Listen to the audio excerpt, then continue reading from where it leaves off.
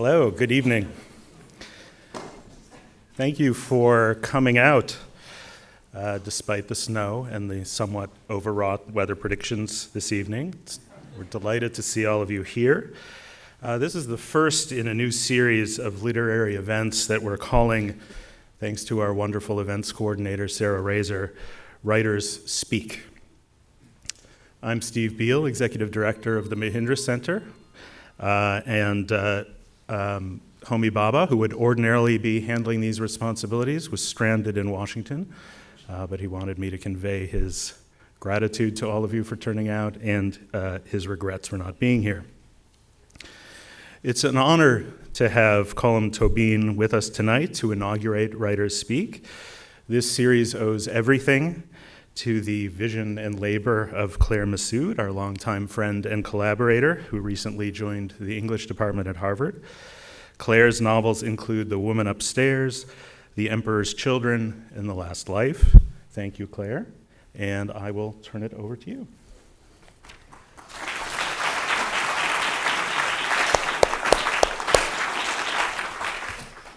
Thank you, Steve. Welcome, everybody. I'm wearing the glasses I didn't buy at CVS. So, thank you all for coming this evening in spite of the weather. It's a huge privilege for me to introduce our guest, the writer Colm Tóibín. As Steve explained, Colm is the inaugural reader in the Mahindra Humanities Center's new series, Writers Speak.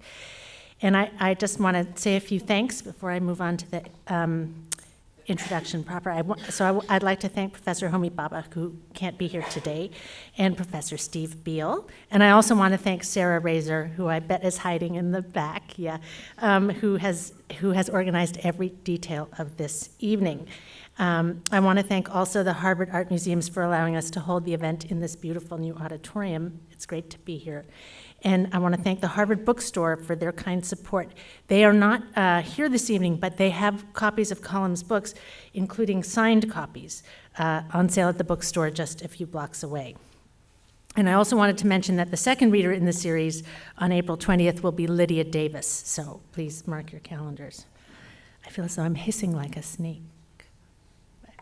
Welcome, Colm. It's such a gift to have so distinguished a writer with us this evening. When I first met Colm, he probably won't remember this, it was over 20 years ago at a pub in Hay-on-Wye, I think. I, then still unpublished, was sitting at a picnic table in the sunshine with an author named Joan Brady, who'd recently won an award for her first novel, Theory of War, and Colm came over to introduce himself to her and to tell her how much he'd enjoyed her book. The thing was, he made it seem as though he was the lucky one to be meeting Joan, when in fact Joan and I both knew who he was and had read and greatly admired his work, his first two novels, The South and The Heather Blazing, both of which had won important prizes and wide acclaim. He was known too already then for his earlier journalism. He'd published a book of his work from the 1980s called The Trial of the Generals, and a book about his time living in Spain, Homage to Barcelona. What struck me then, and has always stayed with me, is the generosity of Colm Tóibín's spirit. It is present in his person, in the man who so readily praised an author newer to the world than he was that long ago day in the Welsh Sun, and in the man who gives so generously of his time to students as he did today at lunchtime, or in his work as chair of the Penn World Voices Festival, or in agreeing to come to Harvard at all when his schedule is so busy it's like that old film, If It's Tuesday, It Must Be Belgium. But it's present most powerfully in his fiction. The characters in Tóibín's novels aren't always easy or charming people. The implacable Eamon Redmond of The Heather Blazing is so emotionally closed that his wife thinks he doesn't love her. Mary, in The Testament of Mary, is complex, even bitter in her grief. Nora Webster of the eponymous novel is feared by her sister Una and her children, repeatedly referred to as dignified, but never as delightful or winning. But to each of his complicated and often dark creations, Tóibín grants a generous light of compassion. That's not to say he overlooks their flaws, but rather that he does them the justice of seeing them clearly and of accepting them and of allowing us as his readers to see them clearly and hence to accept them in their full humanity. Whether he is writing about the intricate microcosm of West Ireland, of his native Enniscorthy or Wexford or Cush, a region he knows to bedrock as Alice Munro knows Western Ontario to bedrock, as he has done now in so many of his books, creating over the past quarter century a sort of Irish Yoknapatawpha, or whether he is far from his known world in what you might call the macrocosm, inhabiting the minds of Henry James or Jesus' mother Mary, or now Orestes and Electra. He brings to his literary creations the same humility. Chekhov, who also had such compassion, famously wrote to his brother, "It's not my job to tell you that horse thieves are bad people. It's my job to tell you what this horse thief is like." Flaubert, who wasn't nearly as generous, wrote that the author must be in his work as God is in nature, everywhere but invisible. Tóibín has said that when writing, for the most part, quote, "You're nobody, you're just a governing DNA of style." In which case, his DNA of style is one of classic simplicity. He is a beautifully patient writer. I think of the Larkin line, "Where can we live but days?" A stylist in the way Chekhov or Tolstoy or early Joyce was a stylist. He eschews flourishes and self-aggrandizing display, the opposite of Nabokov or Bellow or Pynchon, stylists with a peacock bent. He will remind you in the delicate humor of a scene or in the careful, luminous precision of his detail of Chekhov or Munro or Penelope Fitzgerald. So I wanted to share with you two very brief passages from his work. The first is from his second novel, The Heather Blazing, and describes the protagonist, Eamon Redmond, walking along the beach he has known since childhood. And forgive me, Colm, if I mangle the name. He walked south towards Ballyconnegar. How'd I do? Okay. The drizzle had completely lifted, and the afternoon became mild and warm with patches of blue in the sky. Each time a wave rolled inwards, it unsettled the small stones at the shoreline, forcing them to knock against each other. They made a clattering, gurgling sound as each wave hit them and then retreated. He listened for it as the waves came in, a sound unlike any other, definite and oddly comforting, like two hollow objects being banged against each other, except that this was more modest, intimate. He moved back and listened, realizing that he could not remember that there had ever before been small stones here on the shoreline. And I think I chose that brief passage because the description is so simple and yet so precise. And if you have heard that sound of the sea over the stones, you know it immediately. And it's one of those moments that you might never have described or never thought you could describe to someone else. And yet he makes it seem so simple. And this, which makes me laugh to myself, not out loud, but to myself, each time I read it, is a brief excerpt from the opening chapter of Nora Webster, where Mrs. Lacey comes to call on Nora in her grief and outstays her welcome. And this is also actually the scene that I think inspired Brooklyn. It was clear now that no one else would call. Nora was relieved that she would not have to entertain people who did not know each other or people who did not like each other. So anyway, May Lacey went on, Tony was in the hospital bed in Brooklyn, and didn't this man arrive into the bed beside his, and they got talking, and Tony knew he was Irish, and he told him his wife was from the county Wexford. She stopped and pursed her lips as though she was trying to remember something. Suddenly, she began to imitate a man's voice. "Oh, and that's where I'm from," the man said. And then Tony said she was from Enniscorthy. "Oh, and that's where I'm from, too," the man said. And he asked Tony what part of Enniscorthy she was from, and Tony said she was from Friary Street. May Lacey kept her eyes fixed on Nora's face, forcing her to express interest and surprise. And the man said, "That's where I'm from, too. Isn't that extraordinary?" She stopped, waiting for a reply. And he told Tony that before he left the town, he made that iron thing, what would you call it, a grill or a guard in the windowsill there at Jerry Crane's, and I went down to look at it, and it's there all right. Jerry didn't know how it got there or when, but the man beside Tony in the bed in Brooklyn, he said that he made it. He was a welder. Isn't that a coincidence to happen in Brooklyn? Nora made tea as Donald went to bed. So what I love about that passage is that Nora doesn't say anything, not a thing. And Mrs. Lacey keeps going with her story, and she's trying to force Nora to express interest and surprise, and she stops at one point waiting for a reply. And the text doesn't say Nora doesn't reply, but Nora doesn't reply. So, anyway, I know you're here to hear Colm, not me, and I'll turn the floor over to him in just one moment. But first, a hasty and insufficient précis of his achievements. His CV, I have to say, reads as though it was put together as a joke, the ideal curriculum vitae that you couldn't possibly have. Colm Tóibín is the author of 8 novels, among them The Master, Brooklyn, The Testament of Mary, and most recently Nora Webster. 2 books of short stories, 2 plays, and numerous books of nonfiction, including most recently his beautiful book on Elizabeth Bishop, which came out from Princeton University Press last spring.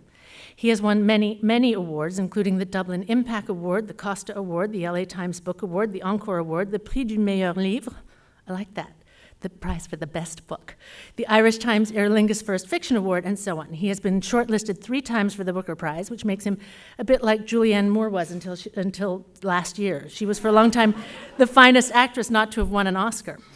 He's been translated into over 30 languages, has honorary doctorates from numerous institutions, writes regularly for the New York Review of Books and is on the board of the London Review of Books, has taught at Princeton, Stanford, the Michener Center at University of Texas at Austin, and is currently the Mellon Professor of English and Comparative Literature at Columbia University in New York. His novel, The Testament of Mary, was made into a remarkable play and produced on Broadway, directed by Deborah Warner and starring Fiona Shaw. His novel, Brooklyn, has recently been adapted as a film, and a beautiful one, currently in cinemas, nominated for many awards, starring somebody whose name I can't pronounce. I'm not even going to try that one. I told you it would seem impossible. There is no writer currently at work in the English language more productive at so high a standard. Genius is ultimately a matter of energy combined with talent. I don't want to swell his head, so I hope he's not listening just at this moment. But Colm Tóibín is a writer of whom that unsayable word can justly be said. So, without further ado, please let us welcome Colm Tóibín.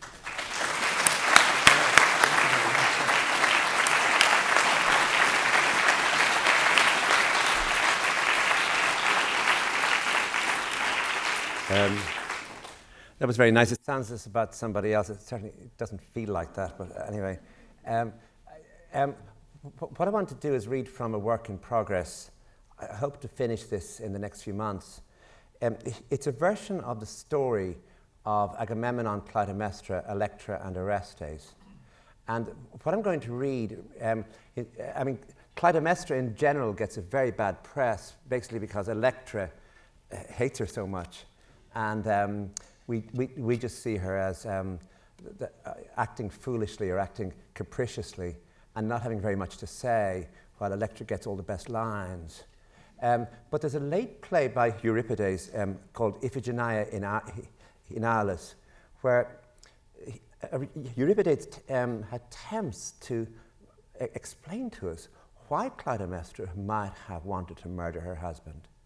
And the drama which took place when Agamemnon, who wanted the wind to change, and the gods said the only way the winds could change was if he brought his daughter, a beautiful young daughter, Iphigenia, and if he sacrificed her. And so he got in touch with his wife and said, "Bring Iphigenia. I have found a perfect husband for her called Achilles. He's a great warrior. It will be a great wedding. And bring her now." So Clytemnestra, with her young son Orestes, and with Iphigenia, got everything ready, and they went only to discover that he had other plans. And obviously then, it explains then why, but it doesn't really, because the whole idea of waiting for the gods to tell you what you could and couldn't do meant that you didn't really have personal agency, that you couldn't just decide yourself what to do. So what Clytemnestra actually does on her own without consulting anybody is remarkable and dramatically very interesting. But anyway, this is the opening of the book, which is an attempt to have Clytemnestra speak, and speak without interruption. It's not a dramatic text, it's a piece of prose. So I don't think there's anything else to explain. Her daughter is Iphigenia. Her son, who's much younger, is Orestes. Her other daughter is Electra. Her husband, Agamemnon, is waiting for the wind to change so that he can get involved in the whole, I didn't want to go into just here, the whole idea of what Helen of Troy has got up to. And of course, Clytemnestra is the actual half-sister of Helen of Troy under the auspices of Leda. but that's not an issue here either, but I just thought I'd throw it in. There's nothing else to say. So just got to imagine that this is Clytemnestra and it's a long time ago. I've been acquainted with the smell of death, the sickly, sugary smell that wafts in the wind towards here. It is easy now for me to feel peaceful and content. I spend my morning looking at the sky and the changing light. The birdsong begins to rise as the world fills with its own pleasure. And then as day wanes, the sound too wanes, and then it fades. I watch as the shadows lengthen. Maybe the smell has entered into my body and been welcomed there like an old friend come to visit. The smell of fear and panic. The smell is here as the very air is here. It lingers as a cat will linger when there is sunlight. It returns as light in the morning returns. It will be with me as constant companion. It has put life into my eyes, eyes that grew dull with waiting, but are not dull now. Eyes that are alive now with brightness. I gave orders that the bodies should remain in the open under the sun a day or two until the sweetness gives way to stench. And I like the flies that come to the rooms here, their little bodies perplexed and brave, buzzing after their great feast, upset by the continuing hunger they feel in themselves, a hunger I have come to know too and I have come to appreciate. We are all hungry now. Food merely whets our appetite, it sharpens our teeth. Meat makes us ravenous for more meat, as death is ravenous for more death. Murder makes us ravenous, it fills the soul with satisfaction that is fierce and then sweet enough to create a taste for further satisfaction. A knife piercing the soft flesh under the ear with intimacy and care, and then moving across the throat as soundlessly as the sun moves across the sky, but with greater speed and zeal, and then his dark blood flowing with the same inevitable hush as dark night falls on familiar things. They cut Iphigenia's hair before they dragged her to the place of sacrifice. My daughter had her hands tied behind her back, the skin on the wrists raw with the ropes. Her mouth was gagged to stop her cursing her father, her cowardly two-tongued father. Nonetheless, we heard her muffled screams. Iphigenia lay screaming, having finally realized that he really did mean to murder her, that he did mean to sacrifice her life for his army. They had cropped her hair with speed and carelessness. One of the women managed in her haste to cut into the skin around my daughter's skull with a rusty blade, and when Iphigenia began her curse, that is when they tied an old cloth around her mouth so that her voice could not be heard. I am proud that she never ceased to struggle, and I am proud of her now as I know that never once then, not for 1 second, despite her mild accepting speeches, did she accept her fate or cease when the time came to try to open the twine around her ankles or give up the struggle to unbind the rope around her wrist so she could get away from them, or curse her father so that he would feel the weight of her contempt. No one is willing now to repeat the words she tried to speak in the moments before they muffled her voice, but I know what those words are. I taught them to her. And I will say them when I need to say them. They are words to shrivel her father and his followers, his foolish aims. They are words which announced what would happen to him and those around him once the news spread of how they dragged my daughter, his daughter, the proud and beautiful Iphigenia, how they dragged her half unnerved from that place, how they pulled her through the dust to sacrifice her so their armies might prevail in time of war. In that last second as she lived before her eyes grew glazed and her heartbeat stopped, I am certain that it came to her as comfort that I, her mother, am as the calm sky over the earth on a windless day. I have the all-embracing and prevailing power of light. I have all its will. Her screams as they murdered her would, she knew, be nothing to what would be heard when Agamemnon returned and I fooled him into thinking that I would not retaliate. I waited and I watched for signs and smiled and opened my arms to him, and I had a table here prepared with food for the fool. I was wearing the special scent that excited him, scent for the fool. I would be ready as he would not be, he, my husband, the hero, home in glorious victory, the blood of thousands on his hands, but his hands washed now, as though free of all stain, his hands white, his arms ready to embrace his friends, his face all smiles, grinning from ear to ear, the great Agamemnon, ready to hold up a cup in celebration, or put rich food into his mouth, his gaping mouth, relieved that he was home. I saw his hands clench in sudden pain, clench in the fierce shocked knowledge that at last it had come to him, and in his own house, and in the slack time after his own return, when he told me how often he had thought of the old stone bath with the taps made in the shape of the mouths of lions, and the gurgling water as free as life itself, and only ease to be found there. That was what inspired him to go on, he said. The thought that this was waiting for him, healing water and sweet spices and soft, clean clothes and familiar air and sounds. He was like a lion as he laid his muzzle down, his roaring all done, his hunger assuaged, his body limp, and all thought of danger far from his mind. I smiled and said that, yes, I too had thought of the welcome I would make for him. He filled my waking life and my dreams, I told him. I dreamed of him rising all cleansed from the perfumed water of the bath.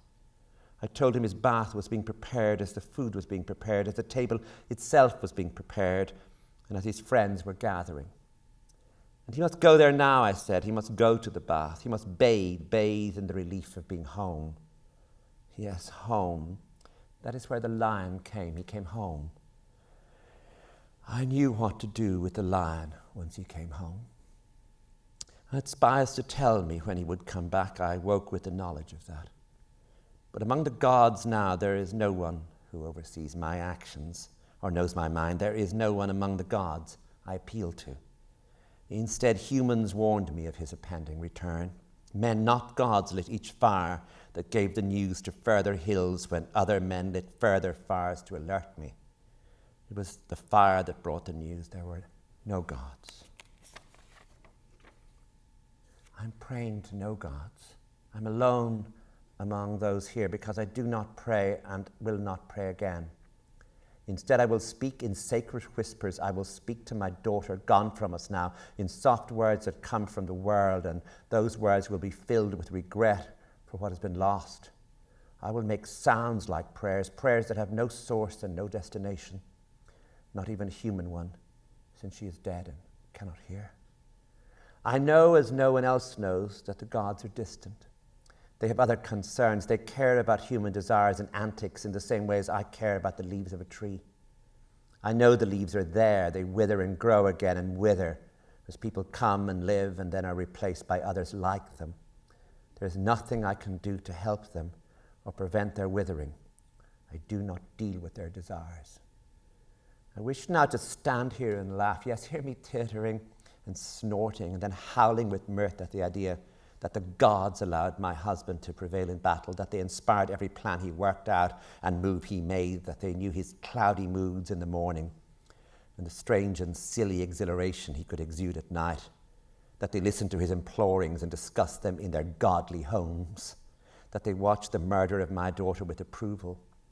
Oh, they knew it was a bargain, or so he believed, or his troops believed. Oh, they knew what the bargain was. Kill the innocent girl, take her out of the world, use a knife on her flesh to ensure that she would never again walk into a room or wake in the morning. Deprive the world of her grace. And in return, the gods would make the wind blow in her father's favor on the day he needed wind for his sails against Troy. They would hush the wind on the other days when his enemies needed the wind. The gods would make his men fearless and brave, and the others, his enemies, cowardly and sickly. The gods would strengthen his swords and make them swift and sharp. I have news for him now. Now that he's all shadow, all dust, now that he's mute and cannot reply, now that he lives only in the places I am free to imagine for him, I have news to relate to his ghost. When he was alive, he and the men around him believed that the gods followed their fate and cared about them, each of them. But I will say now that they did not, they do not. Our appeal to the gods is the same as the small dry sound a leaf makes before it withers and falls. A sound we cannot even hear. A sound that even if we did hear it would make us shrug. The gods do not hear us. They do not care for us. They have their own unearthly concerns. Unimagined by us, they in turn barely know we are alive. For them, if they were to hear of us, we would be a stale old story, or we would be like the mild sound of wind in the trees, a distant, unpersistent, rustling sound. I know that it was not always thus. There was a time when the gods came in the morning to wake us, when they combed our hair and filled our mouths with the sweetness of speech and listened to our desires and tried to fulfill them for us, when they put wind in our sails and in return for sacrifices. Not long ago, within our memories, the crying women could be heard in the night and the time before death came. It was a way of calling the dying home, hastening their flight, softening their wavering journey to the place of rest. My husband was with me in the days before my mother died, and we both heard it. And my mother heard it too, and it comforted her that death was ready to lure her with its cries. When she died, I went out and looked at the sky, and all I had then to comfort me was the leftover language of prayer. What had once been powerful and added meaning to everything was now desolate, strange, with its own sad, brittle power, with its memory locked in its rhythms of a vivid time when our words rose up and found completion. Now our words are trapped in time. They are filled with limits. They are mere distractions. They are as fleeting and monotonous as breath. They keep us alive, and maybe that is something, at least for the moment, we should be grateful for. There is nothing else. It is twilight, and I can open the shutters onto the terrace and look at the last golden traces of the sun and the swifts arching in the air, moving like whips against the dense rake light. As the air thickens, I can see the blurred edge of everything. This is not a time for sharpness. I no longer want sharpness. I do not need clarity.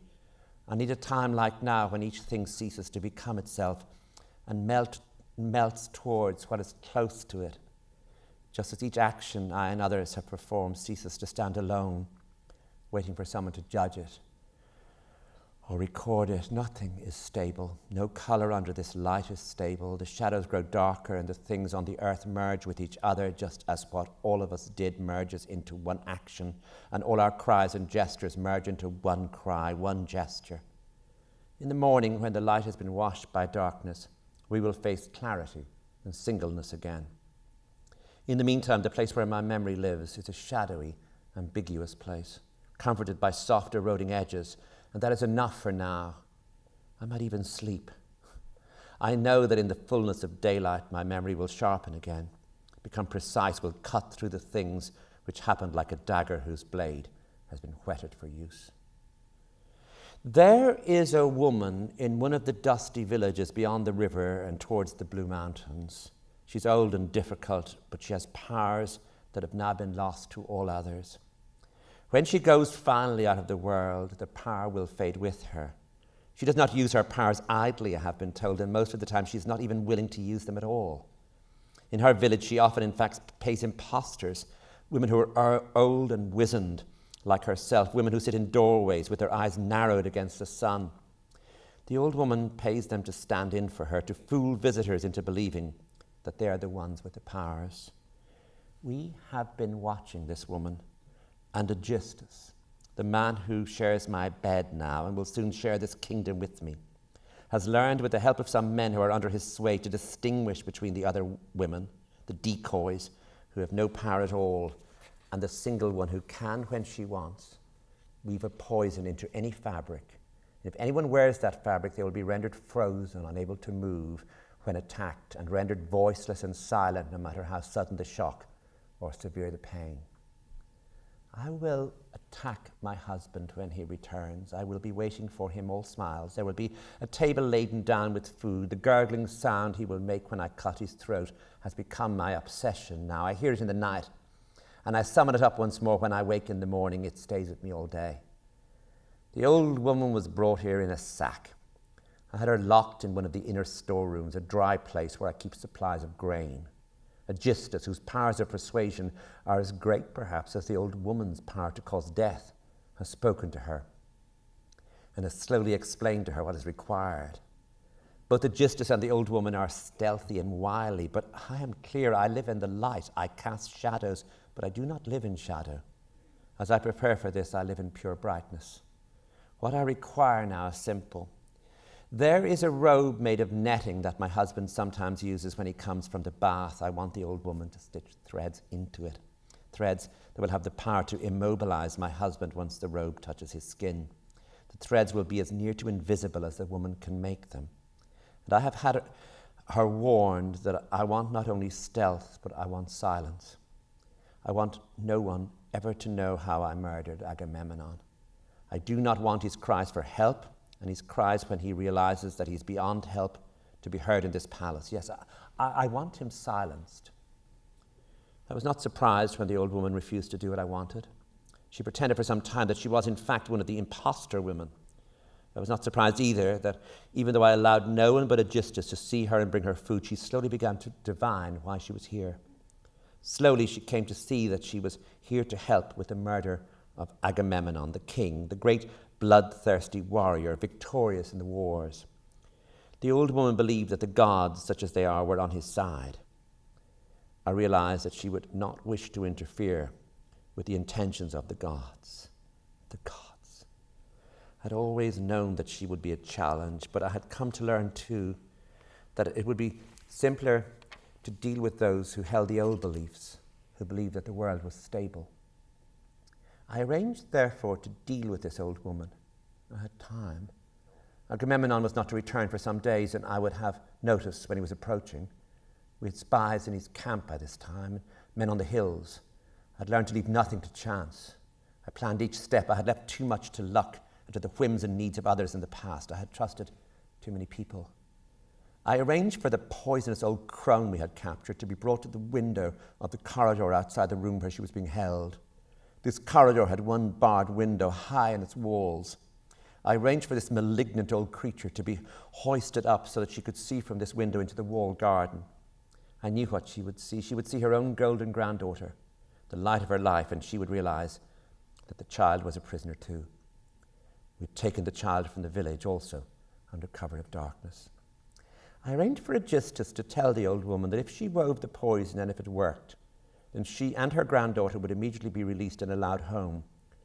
I ordered him not to finish the next sentence, the one which began, "If you do not," but merely look at the woman with such clear intent and malice that she would tremble, or more likely make an effort not to show any sign of fear. Thus it was easy. The weaving took, I'm told, a matter of minutes. Although Aegisthus sat with the old woman as she worked, he could not find the new threads in the robe when she had finished. When it was done, she merely asked him to be kind to her granddaughter while she was here and to make sure when they were being returned to the village that no one would see them arrive or know who had accompanied them or where they had been. She gazed coldly at him then, and he knew from her gaze that the task had been successfully completed, that the lovely fatal magic would work on Agamemnon. It would only now be a matter of time.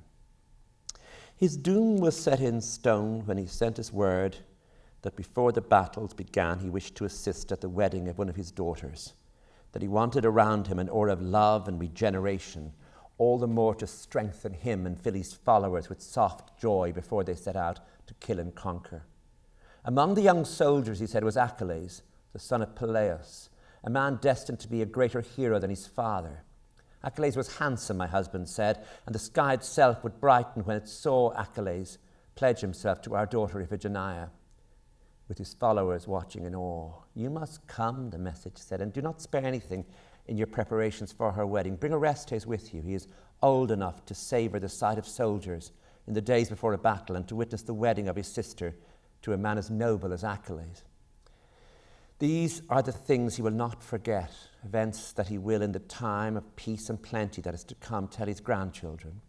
And they too will pass on so that it will always be known. It will be like a legend. And you must put power into the hands of our daughter Electra when you are away, and tell her to remember her father and use power well. The men I have left, the ones too old to fight, will advise her. They will surround her with their care and wisdom until her mother returns with her sister and her brother." And sometime later, on a golden morning, with some of our women, we set out. When we arrived, Agamemnon was waiting for us. As soon as he saw us, he moved slowly towards us with an expression on his face that I had never seen before. His face, I thought, showed sorrow, but also surprise and relief. Maybe other things too, but they were what I noticed then. Sorrow, I thought, because he had missed us and he had been away a long time, and surprise because he had spent so much time imagining us, and now we were here, all flesh, all real, and Orestes had grown beyond his father's dreams, as if Iphigenia had blossomed. And he exuded relief, I thought, that we were safe, and he was safe, and we could be with each other. When he came to embrace me, I felt a pained warmth from him. Then when he stood back and surveyed the soldiers who had come with him, I saw the power in him, the power of the leader ready for battle, the mind on strategy, decisions, lines of command. Agamemnon, that first day, once he had embraced me, was an image of pure will. Then he picked Orestes up and laughed and carried him towards Iphigenia. Then he was all charm, all smiles as he turned to Iphigenia, as we all turned. It was as though a miracle had occurred when I looked at her, as though some woman had come unbidden onto the earth with a strange aura of tenderness, mixed with reserve, with a high distance from ordinary things. Her father moved towards her to embrace her, still holding the boy, and if anyone then had wanted to know what love looked like, if anyone going into battle needed an image of love to take with them to protect them or spur them on, it was here for them like something precious cut in stone. The father, the son, the daughter, the mother watching fondly, the look of longing on the father's face with all the mystery of love and its softness, its purity, as he gently left his son down to stand beside him so that Agamemnon could hold his daughter in his arms. I saw it, and I am certain of it. In those seconds, it was something that every sculptor has sought to capture. But none would want to have captured this because it was false and it seemed so true. And none of us guessed the truth for 1 second, those of us who had traveled, even though some of those standing around, maybe even most of them, must have known the truth. But no one showed a sign, not a single sign. The sky remained blue, the hot sky, the sun. The sky remained blue, the sun hot in the sky, and the gods, yes, oh yes, the gods seemed to be smiling on our family that day, on the bride-to-be and on her young brother, on me and on her father as he stood in the embrace of love, as he would soon stand in the victory of battle with his army triumphant. Yes, the gods smiled that day as we arrived, where Agamemnon and his army were camped. I've always listened to servants talk. I have always stood in the shadows to hear what was being said by those that do not think anyone was listening. I had learned even then to move with care and attend to unguarded voices. I knew little else, it seemed. But I knew that much was to be gained by time spent hidden in the shadows. The following day, my husband came early to take Orestes with him and have a sword made for him in a light body armor so that he would look like a warrior. Soon some women came to see Iphigenia. There was much fuss and wonder as they admired the clothes we had brought with us, and much calling for cool drinks from servants, and much folding and unfolding of garments. After a while I moved into the space between our quarters and the kitchens, and I stood listening to the idle chatter there until I heard one of the women mention that some of the soldiers were lingering outside. Among the names she mentioned was the name Achilles. How strange, I thought, that he would come so close to our quarters. Then I thought, no, it was not strange. He would come to see if he could catch a glimpse of Iphigenia. Of course he would come. How eager he must be to see her. I walked out into the forecourt and I asked the soldiers which of them was Achilles. He was the tall one, I discovered, who had moved to the side and was standing alone. When I approached him, he turned and looked at me, and I realized something from his gaze, and the directness of it, and the tone of his voice as he spoke his name, the honesty in it. This will be the end of our troubles, I thought. Achilles has been sent to us to end what began before I was born, before my husband was born. Some poison in our blood. In all our blood, old crimes and grudges, old murders and memories of murder, old wars and old treacheries, old savagery, times when men behaved like wolves. It will end now as this man marries my daughter, I thought. I saw the future as a place of plenty, a place of ease. I saw Orestes growing up in the shadow of this young soldier married to his sister, following him, matching up to him. I saw an end to strife, a time when men would grow old with ease and battles would become the subject of high talk as night fell and memories faded of the hacked up bodies and the howling voices rising for miles across some bloodied plain. They could talk of heroes then instead. When I told Achilles who I was, he smiled and nodded and then made to turn away. I called him back and offered him my hand so that he could join his hand with mine as a token of what would soon take place and of the years ahead. His body seemed to jolt when I spoke, and he looked around nervously, checking if anyone were watching. It seemed to me then that he cared too much for honour and for form. But I understood his reticence and moved some steps away from him before I spoke again. "Since you are marrying my daughter," I said, "surely you may touch my hand." "Marrying?" he asked. I'm impatient for battle. I have no interest in jibes or jokes. Please move away as I will move, and please do not mention your daughter. I do not know your daughter. Your husband... I'm sure my husband," I interrupted, "asked you to maintain distance in these days before the feast. But for my daughter, not for me. In the days to come, all this will change, but if it worries you to be seen speaking to me before your wedding with my daughter, then I must move back to be with the women and away from you." I spoke softly. The expression on his face seemed pained, perplexed. "You are mistaken," he said. "I'm waiting for battle, not for a bride. There will be no weddings as we wait for the wind to change, as we wait for our boats to stop being hurtled against the rocks, as we wait for..." He cast his eyes down as though angry, and then seemed to check himself so that he would not finish what he had begun to say. "Perhaps my husband," I said, "has brought my daughter here so that after the battle..." "After the battle, I will go home," he interrupted. "If I survive the battle, I will go home." "My daughter has come here to marry you," I said, "having been summoned by her father, my husband."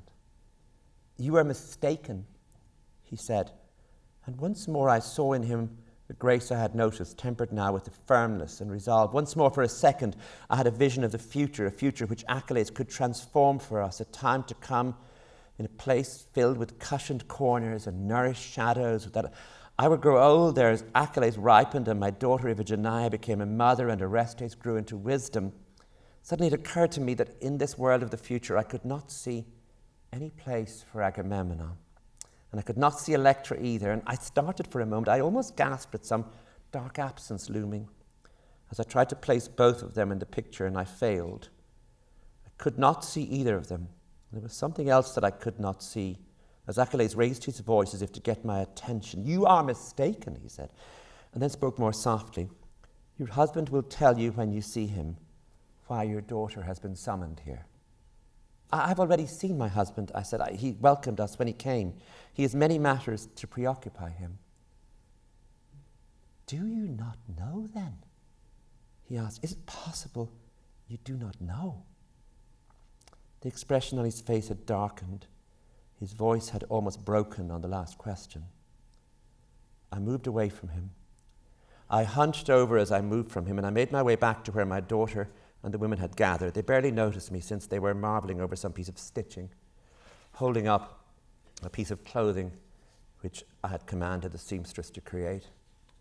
I sat down and I rocked back and forth, unnoticed by all of them. Thank you. Thank you. Thank you. Thank you.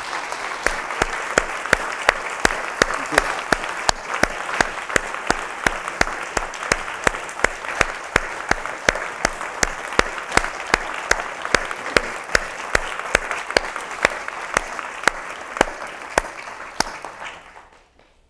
Gosh, thank you.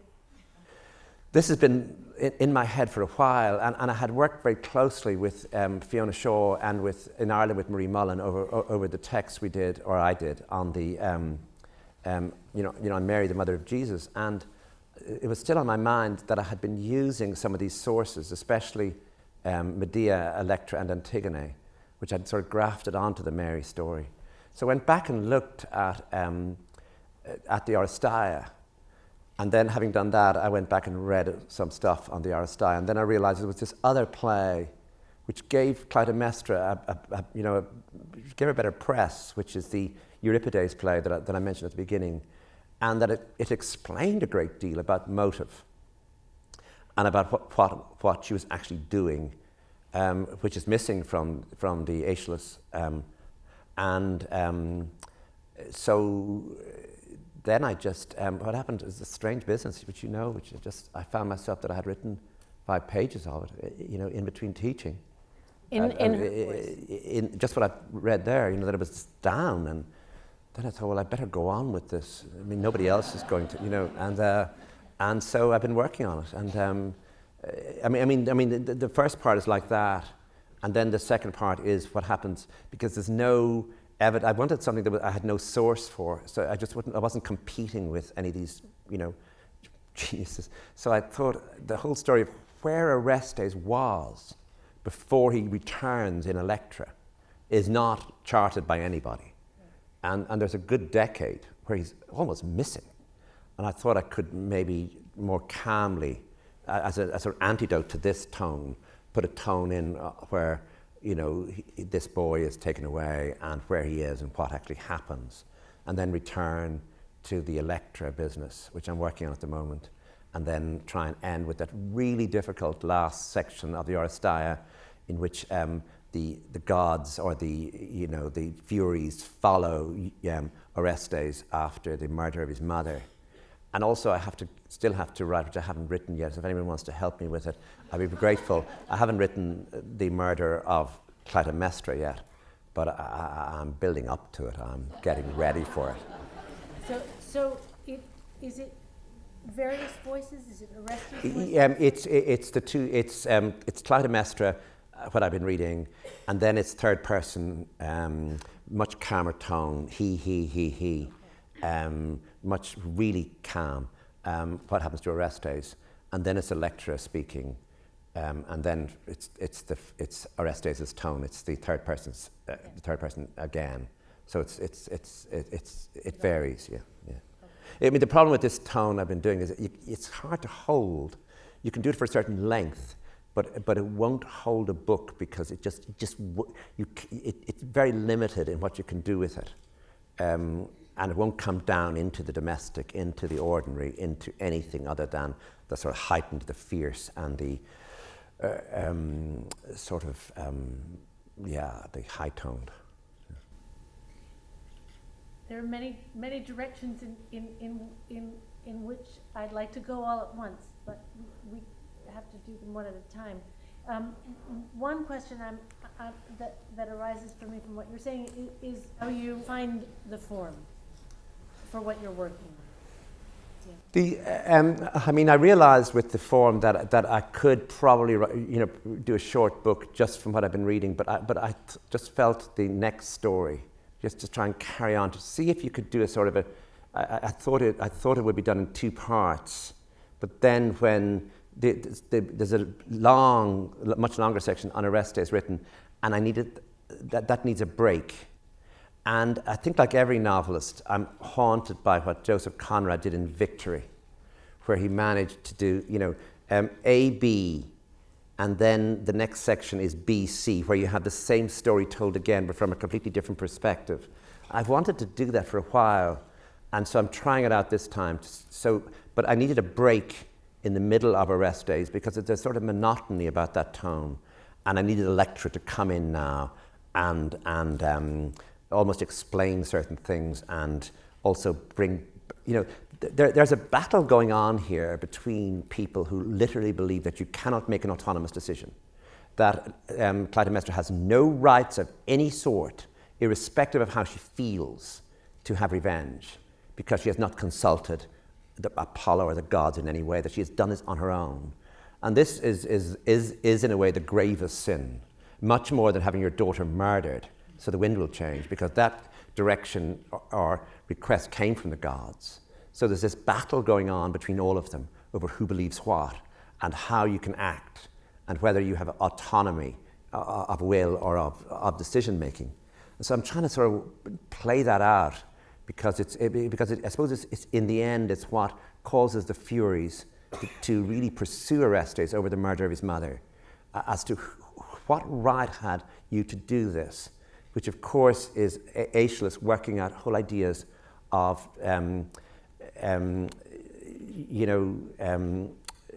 who has the right to do what, under what conditions. And it ends up almost with, at the end of the Oresteia, the jury system, the system of 12 people deciding on the guilt or innocence of somebody rather than a single individual. There's a sort of secularization of that process at the end of the Oresteia, which is mysterious and strange, but it's there, it's not hidden. So I'm thinking about that idea of how the whole idea of murder, of who can murder who, will be worked out for everyone's good at a certain point in this. It may not prevail, but at least it will be allowed into the picture. So you have different sorts of murder. Murder coming from the gods, murder coming from the autonomous will, and then judicial murder or the prevention of judicial murder because of a system that is put in place democratically. Obviously, these are burning issues at the moment. I mean, if you're in certain parts of, of Syria, Iraq, Turkey, these issues, these burning businesses over what you can and cannot do and who told you could, are actually the big questions, including indeed in the United States over the question versus Europe on the question of capital punishment, for example.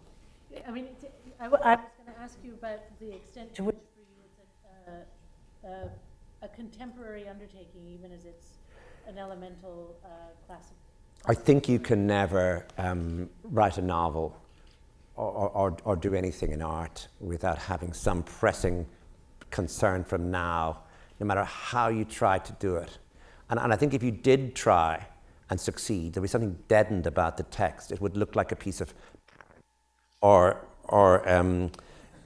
would look like, I think this is, it would look like, it would look like pastiche, that you were just trying out a tone, and it wouldn't matter. But at the same time, you've got to be careful that the current concerns are not, there obviously, that you're not actually dealing directly with them. But I am aware that I don't think I would have been so interested in this had what happened not happened in Syria.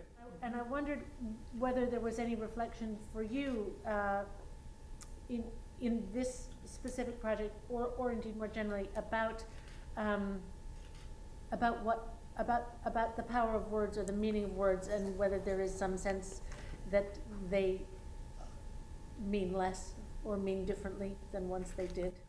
I suppose this was all teased out in one way or another by, say, Wallace Stevens in Sunday Morning as to what the world means, and how we deal with prayer, and how we deal with nature, and how we deal with beauty, but it arose pressingly for me because there's a broadcaster in Ireland called Gay Byrne who was very important, but he now has a funny Sunday night show. It's on quite late, no one watches it. It's called The Meaning of Life, where he interviews people about their beliefs. I just foolishly went on to it, and I probably shouldn't have, because I don't know anything about the meaning of life. If I did, I probably wouldn't be bothered writing. I'd be an engineer or something.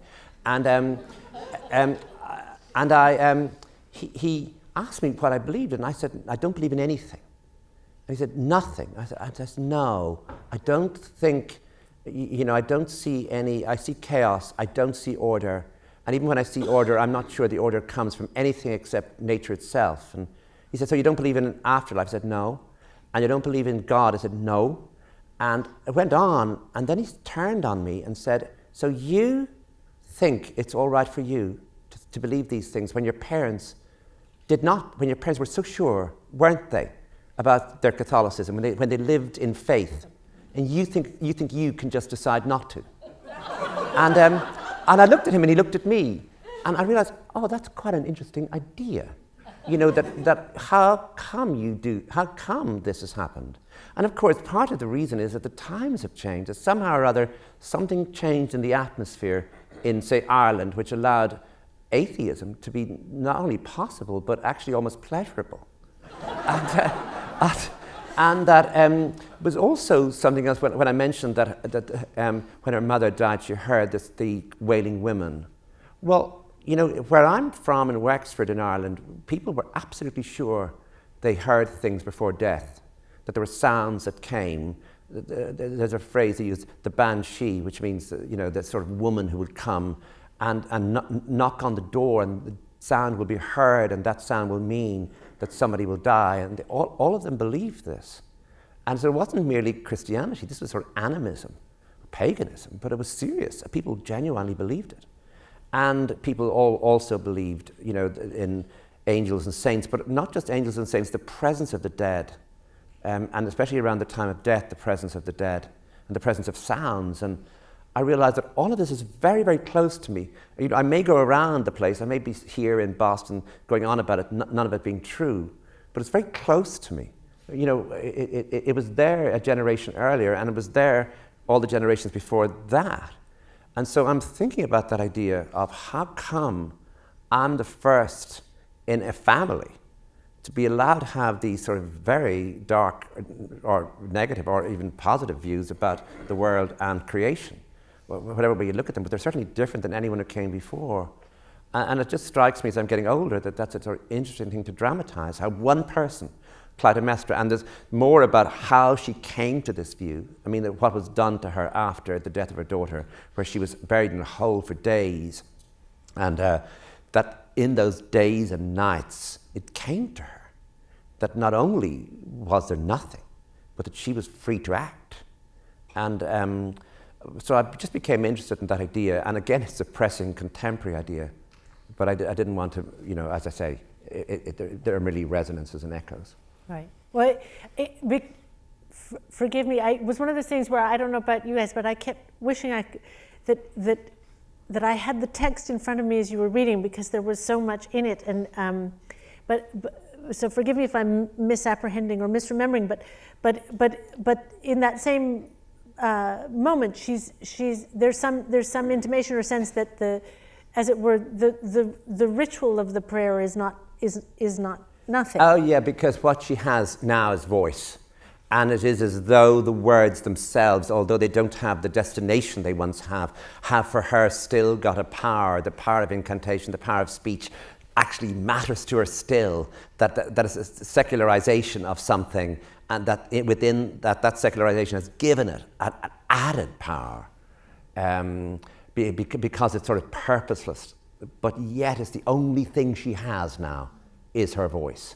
And would that and be therefore you? that becomes significant. Would that be you or me now? I don't know. I'm not even sure I believe in that.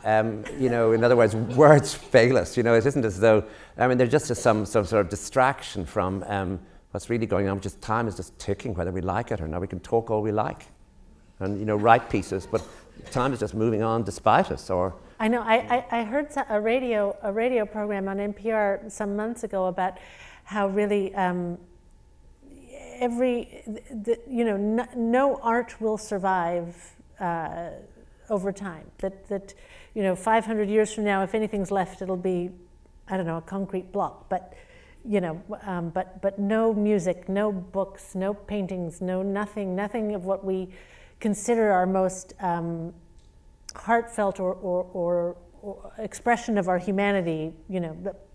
Just not sticking around. So John Berryman has that, doesn't he? The time is coming near when none shall have books and music, and none his dear history is coming to a speechless end. Isn't that John Berryman has thought of all that? beautiful. Thank you for quoting that. Yeah, no, I could not have done that. So how does say this? I mean, you said when you write a novel that's set in County Wexford, you feel then I'm done. I'm never going to do it again. And then maybe you write about Henry James, or you write about Mary, Mother of Jesus, or you write about Clytemnestra.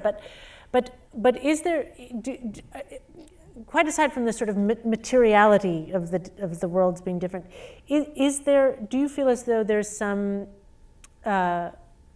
actual expression that is different when you're writing, say, a more domestic piece, or whether you're moving into these more epic? The problem is that I just have one or two things that I want to write about, and they're so limited that I better find different ways to do it. And they are really, I mean, and it isn't as though writing novels is a form of therapy. It isn't. It doesn't do you any good at all. I mean, it really doesn't. It doesn't make you easier to live with, or or nicer or anything. But you do find that there are certain things that won't go away, and those things are probably most pressingly there in the novel Nora Webster, which isn't autobiographical because it's about a woman, but it is me watching my mother in the 3 years after my father died, when I was 12, and I was on my own in the house with her and with my younger brother, and I watched her all the time, and I remembered everything she said and everything she did, as though it wasn't going to continue, as though I would need to remember it. And I put that into Nora Webster, and the images that are there are images of loss, of silence, of grief, and images of abandonment, just because of what had happened before my father died, where he was sick for so long that they couldn't look after myself and my brother, and we were in someone else's house, and that was very traumatic, although we didn't know that at the time. And it seemed natural. And so no matter what I do, and it's really unpleasant, because I think I'm writing ancient Greece, and I'm having a nice time with Euripides and stuff. And here it comes again. It won't stop. Why did I write those first 5 pages? Here is the woman with her husband gone, with talking about loss and talking about how she's going to live and looking at the world. And then when I'm finished that, what am I doing? Oh, once more, the boy, the abandoned boy, wandering through a landscape, dreaming about home, never being able to make it home, wanting everything, getting nothing. And I just think, actually, I remember someone saying, could this stop? Could you stop? And the thing is, you can't stop. It won't go away. And I noticed it you mentioned Saul Bellow at the beginning, and I think with someone like, you can notice it with writers where there just are 1 or 2 things that interested him, and he made a world out of 1 or 2 things, just varying the tone each time.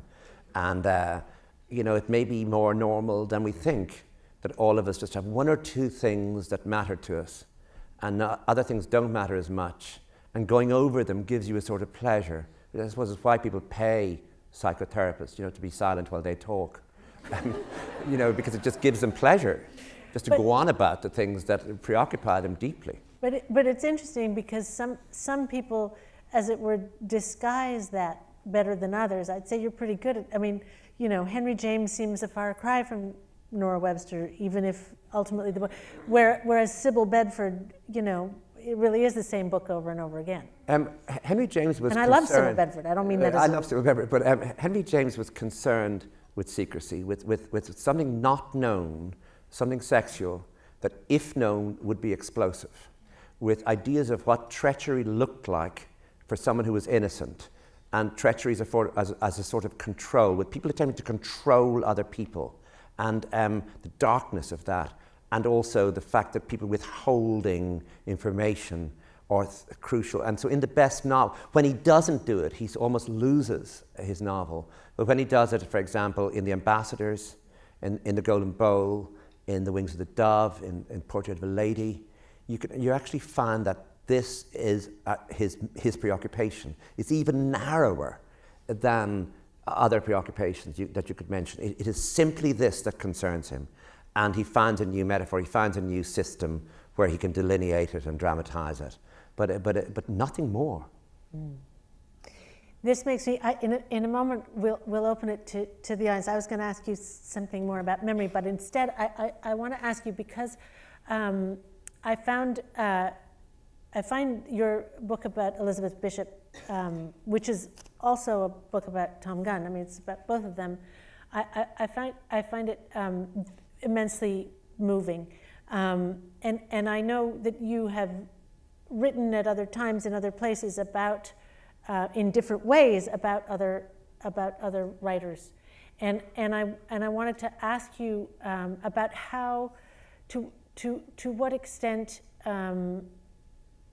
you are in conversation, as it were. Just thinking about the ease with which you can quote Berryman here, and are you constantly in conversation with, as it were, with the dead, as much as with the living, and if that's the case, who's your close family? I read Bishop, and indeed I read Gunn before I knew anything about them. It was that wonderful time with a writer where the biographical material is not known. I mean, it must have been possible that when someone read The Colossus or someone read early Sylvia Plath, when those books came out without knowing what was coming, which would affect the books, which affect Ariel so deeply, to know the story. But I didn't know the story. I knew Bishop had lived in Brazil because the poems mentioned it. I knew Tom Gunn lived in San Francisco because the poems mentioned it. And Tom Gunn's mother committed suicide when he was about 14, and when he finally writes about it, it's not a good poem called The Gas Poker. He says, even in the poem, it says 43 years later. And it was like an explosion. You go, it took you 43 years to mention it in your poetry. And his poetry was all the better for that, in a way, where he was containing it in the rhythms. It was there somewhere. I recognized it. I knew it. And it was in the rhythms of the poems. It was in something withheld in the poems that could not be mentioned. And I noticed it too in Bishop, that manic sometimes description of things, the finding phrases to describe things, the going over that and ending the poem in a sort of dying cadence. And sometimes in both of them, the sort of silliness they would Florida, the state with the prettiest name, or they both wrote poems about sort of lighthouse and lighthouse keepers. But actually, there was something in the poem, a sort of deadened grief, a sort of withholding of something. But I thought it was because they were gay. And I'm gay, and I thought, okay, we're all gay, and that's what we do when we're gay, And then it was only sometime later when I found an interview with Gunn that was very close to an interview with Bishop, where both of them started to talk about living in a time, especially in America, when confessional poetry, as it was called, was so fashionable, and them realizing we have the biggest confessions to make if we did. In other words, that they had real things to deal with, demons of the most serious sort. I mean, Bishop's father died when she was 6 months. Her mother was incarcerated when she was about 5. And her mother lived on, and she just never saw her again. And so that I suddenly realized that actually homosexuality is nothing. It's just normal. You're just like everybody else, and there's no point in going on about it. If you just could get everyone else to agree with you that it's nothing, then it would be nothing. But the other business of loss is something. And it never leaves you, and you can't, especially in a time when I suffered it, where it was between the time when death seemed part of nature and the time when people knew what to do with counselors and children and,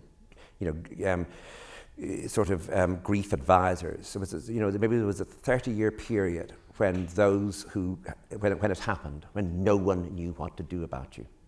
And so therefore I found in both of them something I could work with. And I wish I had read or studied Freud or knew much more about Freudian imagery, because they both went to cities on the ocean with hills around the cities. And I mean, always this and I went to Barcelona, which is on the ocean with hills around it. And Bishop went to Rio and Tom Gunn went to San Francisco. And all three of us found in those cities something really special that stayed with us, a sort of healing way of being able to manage. And I wonder, if there's a Freudian in the audience, maybe they could help me with this, as to, is it as simple as I think it is? But I found things in them that I could work with, especially a chaste tone and austerity in the way you manage, because if you let loose, you would let too loose. Don't let loose. Right. Control, manage. That's your job with sentences and with phrases and with images. Don't. And with emotions. Yes, that's what I'm saying, that if you let too much of it, I mean, Bishop talks about the idea of she disapproves of emotion exceeding its cause. But even when it matches its cause, you feel you should simply bring it down to something and find an image which diverts it somewhere just in some other direction. Thank you. So maybe while there's still a few minutes left in our time, there's somebody from the audience would like to ask a question. There are people with mics who will come. The mics may or may not work. We will see. Hi, thank you so much for coming to read. At the end of the Oresteia, there's a scene in which Athena is the person who ordains this. Oh, I'm so sorry. Up. If you could just shout, and then all right, I'll just shout. Okay. So at the end of the Oresteia, Athena is the person or the goddess who ordains the like series of the jury, right? Like the justice that follows Orestes' murder of his mother really comes from a goddess. And so how do you reconcile, or how do you plan on reconciling that? Thank you. This is a really great question. How am I going to reconcile that? It's the goddess who actually does the healing or does the organizing. It's Athena at the end of Orestes. The answer is the novel is a secular space. It really doesn't entertain gods easily. It's very difficult in a novel to say God came down and he gave those people money.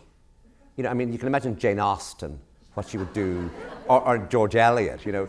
Like, the whole business of the novel is that it's filled with choices and chances which are human, with human destinies, and with it's filled with things. And so therefore I'm going to have to find, which I already have found in the Orestes part, a figure who is a secular figure, who sees everything and knows that there's only one, you know, a sort of, in the same way as at the end of the Second World War, there were certain figures in Europe, Jean Monnet being one, but even later on a figure like Jacques Delors, who actually understood what Europe would have to do in order to survive.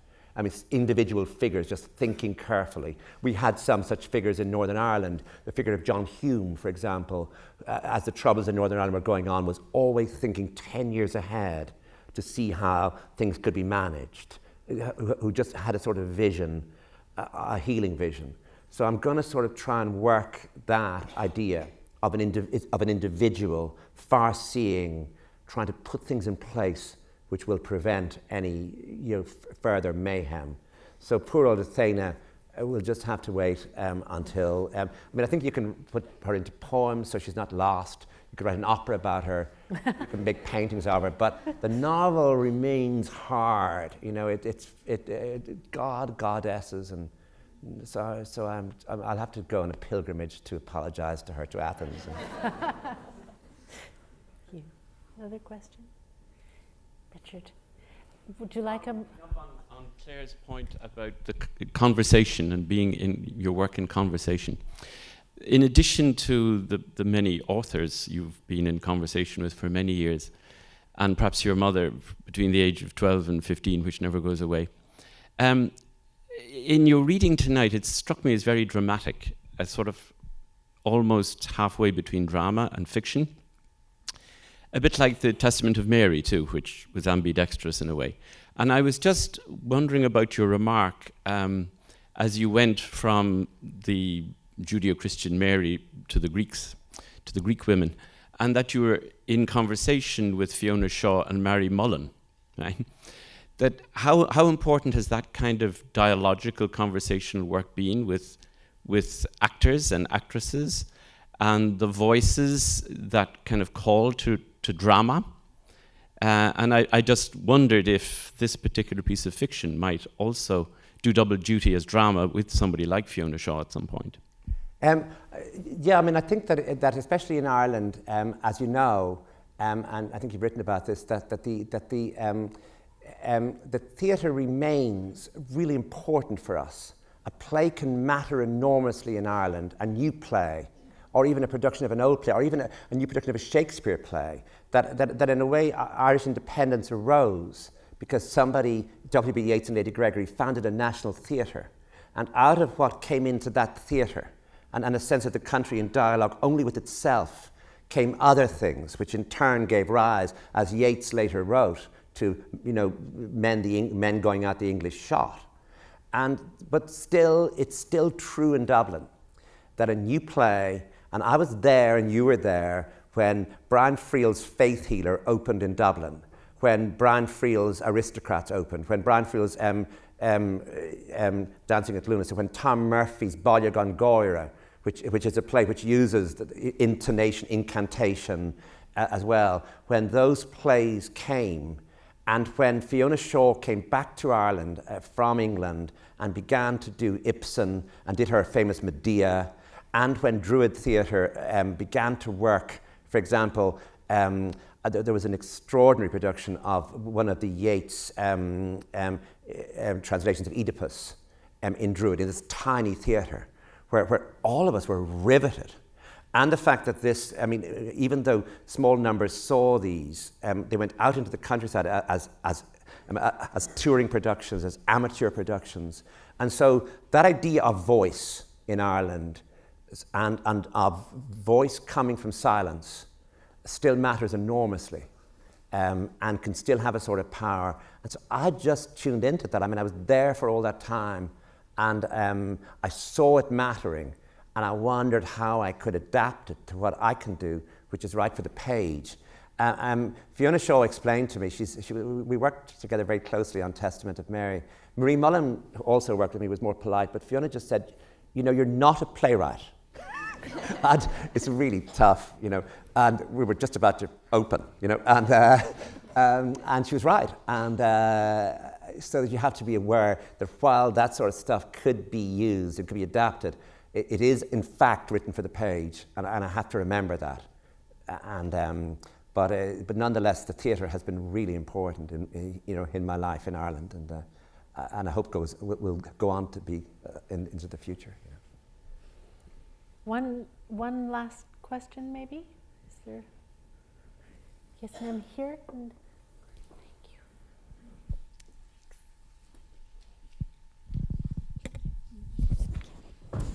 you. You're obviously such a beautiful speaker and writer. And I read somewhere that you came to reading later in your childhood, and also that your home was a very silent place growing up. I wondered if and how you think that affects or affected you and your development as a writer. I think that I was really stupid, and all the rest of the family were really intelligent, and especially, you know, the older generation. But my siblings also. My younger brother was remarkable, you know, and he could do anything. And I was just this person sitting there, and they couldn't think what to do with me. At one stage, my mother, we were passing a shop. It was a really dull-looking men's clothes shop, and she said, "That's now where you're going to be, in there, working." And I looked in, and it really looked very dull indeed, you know. And so I had to really work, you know. I had to really, really start concentrating. Was there anything at all I could do? And you know, and so I just began to, you know, I suppose under those pressures to sort of change. But I had such a bad reputation in the school that it was only when I went to a new school where they just didn't know about me that they started to treat me with some respect. And I was writing poetry, and I could talk about that rather than just try and keep it a secret and keep it under carpets. And I mean, it was a big moment where I published a lot of poetry when I was in my teens, but I told no one about it. And one day, my uncle found, my name in Ireland is slightly unusual, and my uncle found these poems by this fellow, and he brought them up to the house, and they all stood around and said, "Did you write these?" Because they were quite dark and strange, and you know, filled with the observations and things. And I said, "I did, yeah, I wrote them." I realized that was the only thing I could do. There was nothing else, you know. So I just had to get on with it, you know. The men's shop is still waiting for you to show up for work. Well, maybe that's a good place to stop. Thank you, Colm Tóibín, so much. Thank you, Sarah. Thank you very much.